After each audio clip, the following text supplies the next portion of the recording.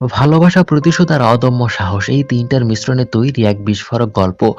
২০২৬ সালের বহুল আলোচিত মুভি ও রোমিওতে আমরা দেখি শাহিদ কাপুরের এক সম্পূর্ণ ভিন্ন রূপ, যেখানে তিনি শুধু প্রেমিক নন, একজন যোদ্ধা যে নিজের ভালোবাসার জন্য পুরো পৃথিবীর বিরুদ্ধে দাঁড়াতে পারে। এক শহর যেখানে ভালোবাসা নিষিদ্ধ, এক ছেলে যার হৃদয়ে শুধু একটাই নাম, আর এক লড়াই যেখানে হার মানে মৃত্যু আর জয় মানে স্বাধীনতা। কি এমন ঘটেছিল যে একজন সাধারণ মানুষ হয়ে উঠল কিংবদন্তি রোমিও? তাহলে চলুন জেনে নেই সেই গল্প। গল্পের প্রেক্ষাপট ১৯৯৫ সাল মুম্বাই। সমুদ্রের এক পরিত্যক্ত জাহাজকে আস্তানা বানিয়ে নিয়েছে শহরের সব থেকে দুর্ধর্ষ কন্ট্রাক্ট কিলার উস্তারা, যাকে দেখে সবাই খুব ভয় পায়। উস্তারা বসে বসে গিটার বাজাচ্ছিল। ঠিক তখন তার ডান হাত ছোটু ফোন হাতে নিয়ে এসে উস্তারাকে দেয়। উস্তারাকে ফোন করেছে খান নামের এক গ্যাংস্টার, যার হয়ে উস্তারা কাজ করে। খান সাহেব উস্তারাকে দেখা করতে বলে, কিন্তু উস্তারা যেতে চায় না, নানা অজুহাত দিতে থাকে। তখন খান তাকে প্রেশার ক্রিয়েট করে বলে দ্রুত দেখা করার জন্য, এই বলে ফোন কেটে দেয়। এতে করে উস্তারা ভীষণ রেগে যায় আর তার সাঙ্গপাঙ্গদের সাথে রাগারাগি করে, চিৎকার চেঁচামেচি শুরু করে আর বলে, আজ আমি যে বাড়িতে আছি এই খবর খানকে কে দিল? কিন্তু তারা বলে আমরা কেউই দেইনি। উস্তারা তখন তাদের গুলি করার হুমকি দেয়। ঠিক তখন তার দাদি এসে বলে, এই খবর আমিই খানকে দিয়েছি। দাদি এসে উস্তারাকে বুঝিয়ে বলে, পর্তুগালে খানই একদিন উস্তারার জীবন বাঁচিয়েছিল, তাই খানের কথা অমান্য করা উচিত নয়। কিন্তু উস্তারা দাদির কোনো কথাই শোনে না এবং বন্ধুদের নিয়ে বাইরে পার্টি করতে যেতে চায়। কিন্তু গেইটে গিয়ে দেখে বাইরে তালা ঝুলছে, চাবি দাদির কাছেই থাকে। দাদি চাবি দিতে অস্বীকৃতি জানায় এবং খানের সাথে দেখা করতে বলে। আর কোনো উপায় না পেয়ে উস্তারা খানের সাথে দেখা করতে যায়। দেখা করতে গেলে খান তাকে জালালের ডান হাত জয়সালকে মারার টার্গেট দেয়, যাকে আজ থিয়েটারে পাওয়া যাবে। জয়সালের নাম শুনেই উস্তারা রক্ত গরম হয়ে যায়, কারণ জয়সাল জালালের লোক আর জালাল হচ্ছে তার সবচেয়ে পুরনো শত্রু। জালাল সেই ব্যক্তি যার ভাইকে উস্তারাই মেরেছিল। এরপর উস্তারা আর অপেক্ষা করতে পারছিল না। জয়সাল, যেখানে একটি সিনেমা হলের মালিক, নিজের হলে বসে সিনেমা দেখছিল। ঠিক তখনই উস্তারা থিয়েটারে চলে আসে তাকে মারার জন্য। জয়সালের লোকগুলোকে এক এক করে নির্মমভাবে মারতে থাকে। এরপর জয়সাল পালিয়ে কোথাও লুকিয়ে পড়ে। মারপিট করে ক্লান্ত হয়ে উস্তারা এক জায়গায় বসলে চুপি চুপি পেছন থেকে জয়সাল উস্তারাকে মারার চেষ্টা করে। তখনই খান এসে জয়সালকে গুলি চালায়। সে নিজেই জয়সালকে মেরে ফেলে আর উস্তরাকে বলে, আমি তোর প্রাণ বাঁচিয়েছি, এখন থেকে আমি যা বলবো তোকে তাই করতে হবে। আমি নাচতে বললে তোকে তাও মানতে হবে। উস্তারা মাথা নেড়ে সবকিছু মেনে নেয়। এরপর উস্তারা সেখান থেকে নিজের আস্তানা, নিজের বাড়িতে ফিরে আসে। ফিরে এসেই তার এখানে এক সুন্দরী মেয়ে আফসাকে দেখে। আফসা এক বিশেষ কাজে উস্তারার সাহায্যের জন্য এসেছে। আফসা উস্তরাকে ৪ জন লোককে মারার জন্য সুপারি দেয়। জালাল, সরকারি উকিল আঞ্জুম আনসারি, শঙ্কর বসুরে এবং ইন্সপেক্টর পাঠারে। উস্তারা অনেকটা অবাক হয় এবং বলে, তুমি আমার ঠিকানা কিভাবে পেলে? আফসা বলে, কিমা পাওয়ালি চাচির দোকান থেকে আপনার সম্পর্কে জেনেছি। এতে উস্তারা খুব রেগে যায় এবং জোরে জোরে ছোটুকে ডেকে বলে, এই মেয়েটা এখানে কিভাবে এলো? ছোটু অবাক হয়ে বলে, ভাই আপনি কি মজা করছেন? আপনি তো নিজেই বলেছিলেন দুষ্টু কাজ করার জন্য, ফুর্তি করার জন্য একটা মেয়ে রাখতে। তখন উস্তারা রেগে গিয়ে বলে, ভালো করে মেয়েটাকে দেখ। তখন ছোট খেয়াল করে দেখে এই মেয়েটা সেই মেয়ে নয় যাকে ফুর্তি করার জন্য ডাকা হয়েছিল। তখন সে আফসাকে বাড়ি থেকে বের করে দেয়। এতে করে উস্তারা আরো রেগে যায় আর বলে, তোদের এমন গাফিলতির জন্য জালালও একদিন এই আস্তানে ঢুকে পড়বে এভাবে, আর আমাকে আমার নিজ বাড়িতেই মেরে চলে যাবে, আর তোরা তখনও এমন বেখেয়ালেই থাকবি। পরদিন সকালে উস্তারা ছাদে হাঁটছিল। ছোটু তাকে পত্রিকা পড়ে শোনাচ্ছিল। তখন তার নজর পড়ে আফসার দিকে। আফসা গতকাল চলে না গিয়ে বাইরে টঙের দোকানের সামনে বসে উস্তারার বাড়ির দিকেই তাকিয়েছিল। উস্তারা ছোটুকে বলে, থাক, ওকে বসে থাকতে দে, একসময় ক্লান্ত হয়ে নিজেই চলে যাবে। এরপর উস্তারার কাছে একটা কল আসে। ছোটুর হাব ভাব দেখে বোঝা যায় কোনো দুষ্টু জায়গা থেকে ফোন এসেছে। এরপর উস্তারা এক ডান্স ক্লাবে চলে যায়। সেখানে এক মহিলা বলে, জুলি সেই কখন থেকে বসে চেয়ারে দোল খাচ্ছে, বলছে তুই না আসা পর্যন্ত ডান্স করবে না। এরপর উস্তারা জুলির কাছে যায় আর শুরু হয়ে যায় ডান্স। সারা রাত ক্লাবেই মজা ফুর্তি করে। পরদিন সকালে উস্তারা আবার দেখতে পায় আফসা ওখানে বসে অপেক্ষা করছে। এইবার উস্তারার মনটা নরম হয়। ছোটুকে বলে, ওকে নিয়ে আয়। ছোটু আফসাকে নিয়ে আসে। উস্তারা বলে, সেদিন যাদের নাম বলেছিলে তাদের নাম আরেকবার বলো তো। আফসা আবার তাদের নাম বলে। তার কথা শুনে উস্তারা ও তার সঙ্গীরা জোরে জোরে হাসতে শুরু করে। এরপর উস্তারা আফসাকে বোঝায়, তুমি যে জালালের কথা বলছো সে তোমাকে এমন টুকরো টুকরো করবে যে কফিনেও তোমার শরীরের এক টুকরো খুঁজে পাওয়া যাবে না। তখন আফসা উস্তারার পাশে থাকা টেবিলে রাখা তার বন্দুকটা কিনতে চায়। উস্তারা বলে, তুমি কখনো বন্দুক চালিয়েছো? আফসা বলে, তুমি আমায় শিখিয়ে দেবে। উস্তারা হেসে বলে, এর বদলে আমি কি পাবো? আফসা বলে, তুমি যা চাও। উস্তারা বলে, তুমি আমার সঙ্গে দুষ্ট কাজ করবে?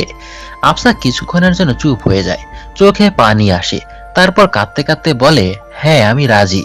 উস্তারা তখন বলে, তুমি ভদ্র ঘরের মেয়ে বলে মনে হচ্ছে, জালালের সাথে শত্রুতা করতে চাইছো কেন? সে তোমাকে নিয়ে কোনো পাড়ায় বিক্রি করে দেবে। এখনো সময় আছে, বাড়ি ফিরে যাও। আফসা আর কোনো কথা না বাড়িয়ে বাড়ি ফিরে যায়। বাড়িতে এসে নিজের জীবন নিজেই কেড়ে নেওয়ার চেষ্টা করে। ঠিক তখনই আফসার চোখে অতীতের দৃশ্য ভেসে ওঠে। মাহবুব কুরেশি নামক এক যুবক স্কুল জীবন থেকেই আফসাকে ভালোবাসতো, আফসাও তাকে ভালোবাসতো। বড় হয়ে মাহবুব একজন অ্যাকাউন্টেন্ট হয়। তাদের ভালোবাসা আরো গভীর হতে থাকে। কিন্তু যখন এই সম্পর্কের কথা আফসার বাড়িতে জেনে যায়, তখন তার পরিবার তাকে মারধর করে এবং অন্যত্র বিয়ে দেওয়ার সিদ্ধান্ত নেয়। একদিন আফসা মাহবুবকে একটা চেক দেয় এবং বলে, এই চেকটা সাবধানে জমা দিও, না হলে বাউন্স হয়ে যাবে। চেকের উপর লেখা ছিল আফসার জীবন। মাহবুব তখন আফসার বাবা মায়ের সাথে বাড়িতে কথা বলতে যায়। আফসার বাবা তখন তার মাসিক আয়ের কথা জানতে চায়। মাহবুব জানায় সে মাসে 1500 টাকা উপার্জন করে। কিন্তু আফসার বাবা চান এমন একজন ছেলের সাথে মেয়ের বিয়ে দিতে যে 50,000 টাকা দেনমোহর দিতে পারবে। মাহবুব আফসার বাবার থেকে এজন্য 6 মাস সময় চায়। এরপর 6 মাস পর ফিরে এসে মাহবুব দেনমোহরের পুরো টাকা পরিশোধ করে। এরপর আফসা ও মাহবুবের বিয়ে হয়। বিয়ের পর কিছুদিন সবকিছু ভালোই চলছিল, কিন্তু এক রাতে হঠাৎ দুজন লোক মাহবুবকে ধরে বাড়িতে নিয়ে আসে। তার অবস্থা খুব খারাপ ছিল, মনে হচ্ছিল তাকে ভীষণ মারধর করা হয়েছে। ওই দুজন আফসাকে বলে, আপনার স্বামী খুব ভাগ্যবান ভাবি, আমাদের বস শঙ্কর নিজে তার অবস্থা দেখতে আপনার দরজায় এসেছে। দুজন আফসাকে জালালের কাছে নিয়ে যায়। শঙ্কর বাইরে দাঁড়িয়ে আছে। দুজন জোর করে আফসাকে দিয়ে ইশারা দেওয়ায় তারপর তারা চলে যায়। এরপর আফসা মাহবুবকে জিজ্ঞাসা করে, তুমি কি এমন করেছো যার জন্য তোমার এই অবস্থা? মাহবুব সব খুলে বলে। সে জালাল নামের এক গ্যাংস্টারের হিসাব রক্ষক হিসেবে কাজ করত, পাশাপাশি ড্রাগ পাচারেও জড়িত। সে জানায়, তোমার বাবার 50,000 টাকা দিনমোহর দাবির কারণেই আমাকে এত বড় অঙ্কের টাকা দ্রুত জোগাড় করতে হয়েছে। আর এত টাকা অল্প সময়ের মধ্যে কেবলমাত্র অবৈধ উপায়েই আয় করা সম্ভব। এ কথা শুনে আফসা বলে, তুমি এই সব কাজ ছেড়ে দিবে, কালই তোমার বস জালালকে বলবে তুমি চাকরি ছেড়ে দিচ্ছ। মাহবুব রাজি হয়ে যায়। পরদিন আফসা নামাজ পড়ে দোয়া করে সুন্দর একটা ভবিষ্যতের আশায়। এরপর মাহবুবকে সে বিদায় দেয়। মাহবুব জালালের কাছে চাকরি ছাড়ার কথা বলতে যায়, কিন্তু সেদিন সন্ধ্যায় মর্গ থেকে আফসার কাছে টেলিফোন আসে। এরপর আফসা মর্গে গিয়ে জানতে পারে তার স্বামী মাহবুব মারা গিয়েছে। আফসা খুবই ভেঙে পড়ে, স্বামীর কাছে বসে ফুপিয়ে ফুপিয়ে কান্না করতে থাকে। মাহবুবের মৃত্যুর জন্য পরবর্তীতে একটা কেস করা হয়। এরপর মামলাটি কোর্টে আসে। সেখানে সরকারি উকিল আঞ্জুম আনসারী মাহবুবকে অপরাধী হিসেবে তুলে ধরে, আর ইন্সপেক্টর পাঠারে প্রশংসা করে বলে, মাহবুবের মতো ক্রিমিনালকে মেরে সমাজের জন্য ভালো করেছে। আফসার পক্ষে শক্ত কোনো উকিল না থাকায় কোর্ট মাহবুবের বিরুদ্ধে রায় দেয়। এর ফলে আফসা সঠিক ন্যায় বিচারটাও পায় না, উল্টো মাহবুবকেই দোষী হতে হলো।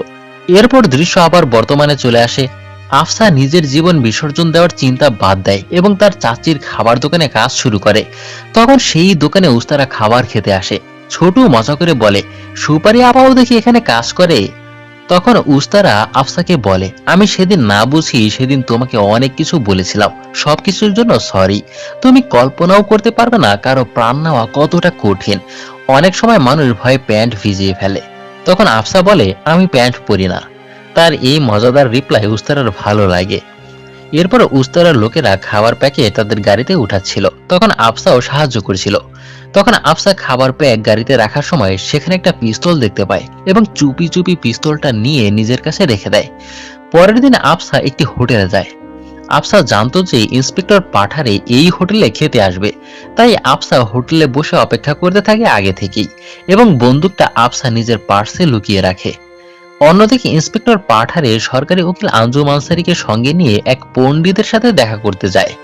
ইন্সপেক্টর পাঠারে নিজের জন্য পাত্রী খুঁজছিল, সেখানে পণ্ডিত ইন্সপেক্টরকে অনেক মেয়ের সম্পর্কে কথা বলে, কিন্তু ইন্সপেক্টর এমন একটি মেয়ে খুঁজছিল যে অসম্ভব সুন্দরী হবে, যাকে দেখলে মানুষ পাঠারের স্ত্রীর দিক থেকে চোখ সরাতেই পারবে না। এই সব কথা শেষ করেই ইন্সপেক্টর পাঠারে ফিরে যেতে থাকে। তাকে বিদায় জানাতে উকিল আঞ্জুম আনসারি তার পেছনে হাঁটে। এই সুযোগে আফসা ইন্সপেক্টরকে মারতে চায়। সে বন্দুক বের করে সামনে এগিয়ে যাওয়ার সময় তখন এক ওয়েটারের সাথে ধাক্কা লেগে যায় এবং ওয়েটারের হাতের চা মাটিতে পড়ে যায়। এই ফাঁকে ইন্সপেক্টর গাড়িতে উঠে চলে যায় আর আফসা তার টার্গেট মিস করে।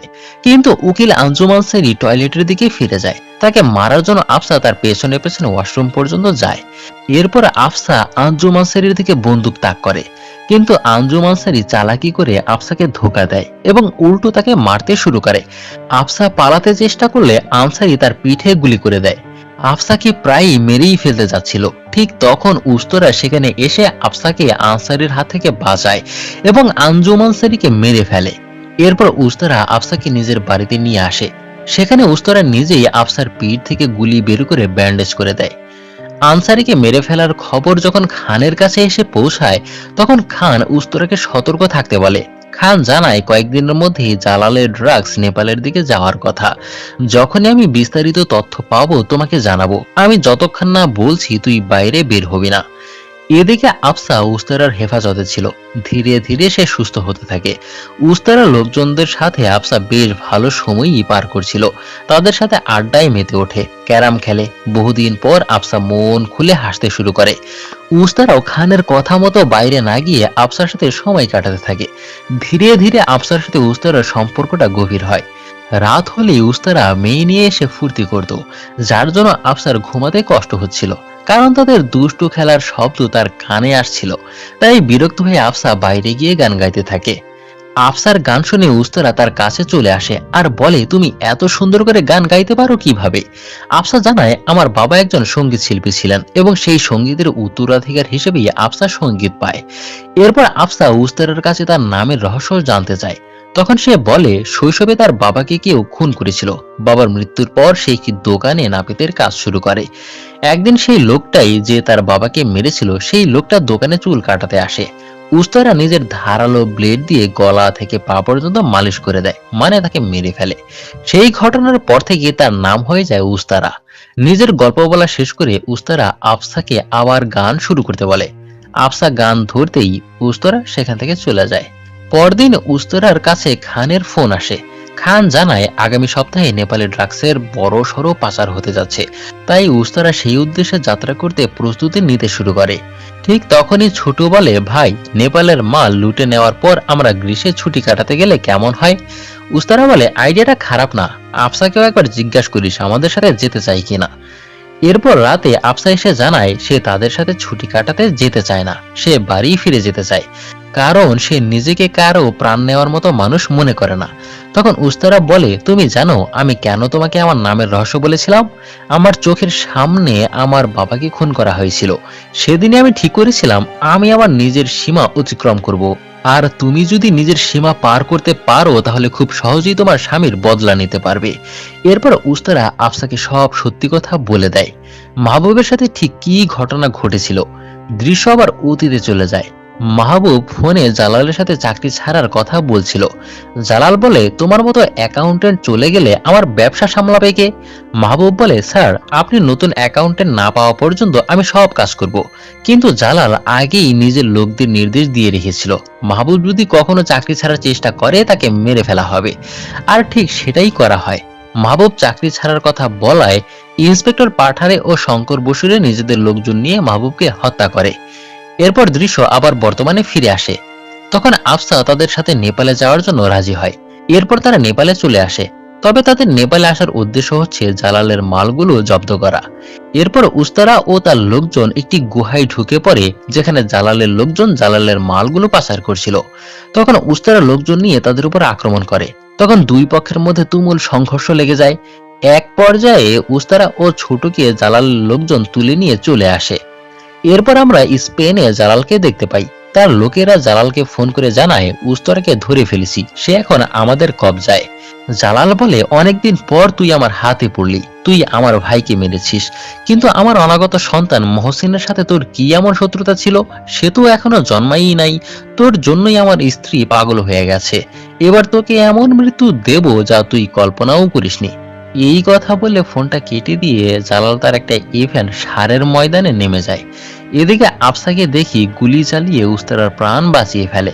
অন্যদিকে জালাল ময়দানে ষাঁড়ের সাথে লড়াই করে ষাঁড়কে মেরে ফেলে। ঠিক তখনই জালালের কাছে উস্তারার ফোন আসে। উস্তারা বলে, আমি তোর ভাই বা তোর সন্তানকে মারিনি, ওদের সবাইকে তুই নিজেই মেরেছিস। এই কথা বলে ফোন কেটে দেয়। আফসার মনে হতে থাকে তার কারণেই উস্তারার অনেক সঙ্গী মারা গেছে। আফসা উস্তারাকে বলে, আমাকে বাঁচাতে গিয়ে আপনার অনেক সঙ্গীকে মরতে হয়েছে। উস্তারা কথাটা এড়িয়ে যেতে চাইলে আফসা তখন উস্তারার হাত মাথায় রেখে কসম খেয়ে বলতে বলে।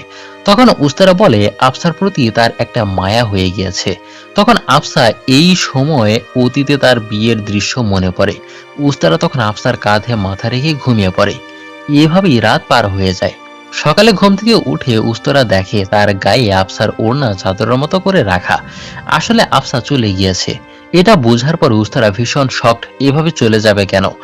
আসলে আফসাও হয়তো তাকে ভালোবেসে ফেলেছিল, তাই উস্তারাকে কিছু না জানিয়ে চলে গেছে। এরপর স্পেনে জালালকে দেখতে পাই। জালাল শঙ্কর ও ইন্সপেক্টর পাঠারেকে বলে ড্রাগসের ব্যবসা দ্বিগুণ গতিতে বাড়াতে।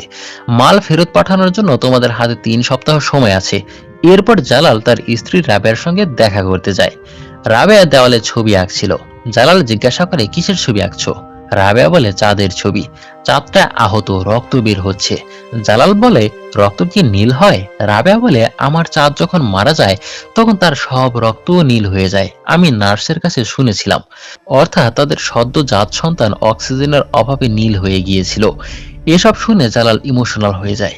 এরপর দেখতে পাই উস্তারা আফসার খোঁজ করতে তার আন্টির বাড়িতে আসে। এখানে উস্তারা একটি তালা দেওয়া রুমে উকি দিয়ে দেখে সেখানে ফাঁসির দড়িটা ঝুলে আছে। ছোট আন্টিকে বলে আফসা এখানে আসলে যেন ইমিডিয়েটলি খবর দেয়। আফসাকে খুঁজে না পেয়ে উস্তারা খুব ভেঙে পড়ে। তাই মন ভালো করার জন্য সে দুষ্টু মেয়েদের সাথে সময় কাটায়। কিন্তু কোনোভাবেই উস্তারা মন ভালো হচ্ছিল না। তার সমস্ত ধ্যান খেয়াল আফসাকে ঘিরে। কষ্ট সইতে না পেরে উস্তারা কেঁদেই ফেলে। শেষ পর্যন্ত সে মনে মনে শপথ নেয়, জালাল আর তার পুরো সাম্রাজ্য ধ্বংস করে দেবে। সে কিমার ফ্যাক্টরিতে গিয়ে আগুন লাগিয়ে দেয়। এই খবর খান জানতে পেরে খুব রেগে যায়, কারণ জালাল তাকে এখন মেরে ফেলবে। কিন্তু উস্তারার অবস্থা দেখে খান তাকে শহর ছেড়ে চলে যেতে বলে। এরপর খান যখন চলে যায় তখন উস্তারা সেখানে ময়লার ঝুড়িতে আফসার সেই আন্টির দোকানের বিরিয়ানির প্যাকেট দেখে। বিষয়টা তার কাছে সন্দেহজনক মনে হয়, তাই সে চাচির উপর নজরদারি শুরু করে। পরের দিন চাচিকে ফলো করতে করতে এক গণেশ পুজোর মণ্ডপে চলে যায়। এখানে এসে সে ইন্সপেক্টর পাঠারের সাথে আফসাকে দেখতে পায়। এই দৃশ্য দেখে সে ভীষণ অবাক হয় আর মনও ভেঙে যায়। আফসার বিয়ে হয়েছে ইন্সপেক্টরের সাথে। ইন্সপেক্টর তার স্ত্রী ও শাশুড়িকে পুজোর অনুষ্ঠানে নিয়ে আসে। ইন্সপেক্টর তার স্ত্রীর সাথে নেতা শঙ্করের সাথে পরিচয় করিয়ে দেন। সুন্দরী মেয়ে দেখলেই শঙ্করের লোভ হয়, তাই নানা বাহানায় আফসার গায়ে হাত দেওয়ার চেষ্টা করে। কিন্তু আফসাকে দেখে মনে হচ্ছিল তার অন্য কোনো উদ্দেশ্য আছে।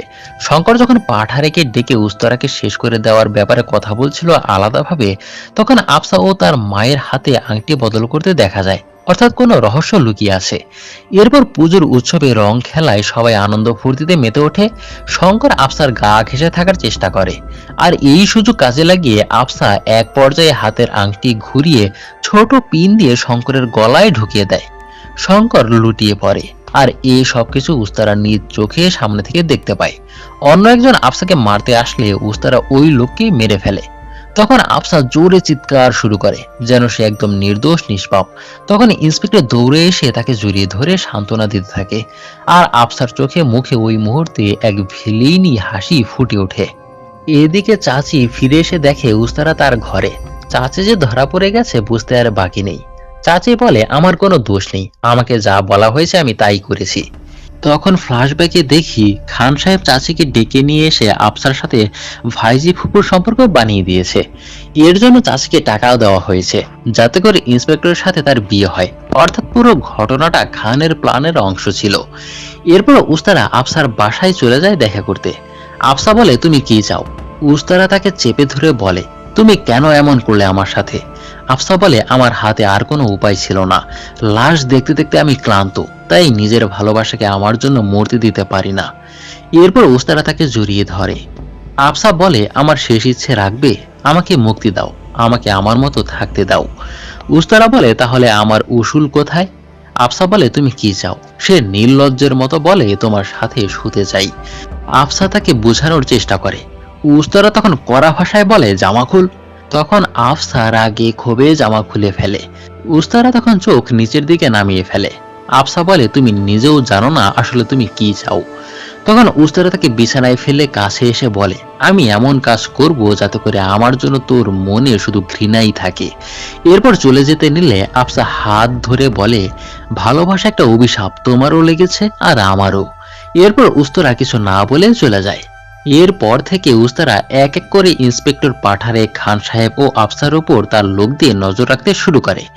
এরপর একদিন খান খুব গোপনে ট্রেনের মধ্যে আফসার সাথে দেখা করবে, বরিবালি 13/32 ট্রেনে। এই খবর খানের ড্রাইভার চুপি চুপি উস্তারাকে জানিয়ে দেয়। খানকে মারার জন্য ইন্সপেক্টর পুরো তার বাহিনী নিয়ে সামনের স্টেশনে পৌঁছে যায়। এই খবর আগে উস্তারার কাছে পৌঁছে যায়। এরপর আফসা ও খানের কথার মাঝেই হঠাৎই উস্তারা চলে আসে আর আফসাকে নেমে যেতে বলে, কিন্তু খান তাকে ভুল বুঝে মারতে শুরু করে। উস্তারাও তখন রেগে গিয়ে মারতে শুরু করে। দুজন দুজনকে পিস্তল ও ছুরি চেপে ধরে। আফসা উস্তারার দিকে পিস্তল ধরে। এ পর্যায়ে উস্তারা বলে দেয়, ইন্সপেক্টর তার বাহিনী নিয়ে সামনের স্টেশনে অপেক্ষা করছে। খান তখন আফসাকে সরে যেতে বলে। এরপর উস্তারাকে বলে, এই কথা আগে বললি না কেন? সে বলে, আমার ইচ্ছে করেনি তাই বলিনি। ট্রেন পরের স্টেশনে চলে আসলে পুলিশ বগিতে ঢুকে যায় আর বগি থেকে সবাইকে নামিয়ে দেয়, খান ও উস্তরাকে ছাড়া। সেই সুযোগে আফসা বোরখা পরে নেমে যায়। এখানে পুলিশের সাথে তাদের গুলাগুলি হয়, ধস্তাধস্তি হয়। এক পর্যায়ে ইন্সপেক্টর খান সাহেবকে গুলি করে দেয়। খান আহত হয়ে লুটিয়ে পড়ে। খান সাহেবের এই দৃশ্য দেখে উস্তারা এলোপাথারি গুলি চালাতে শুরু করে। কয়েকজন কনস্টেবল মারা যায়। শেষ পর্যন্ত ইন্সপেক্টর উস্তারার একদম গলায় গুলি করে দেয়। উস্তরা তখন ট্রেন থেকে ছিটকে নদীতে গিয়ে পড়ে।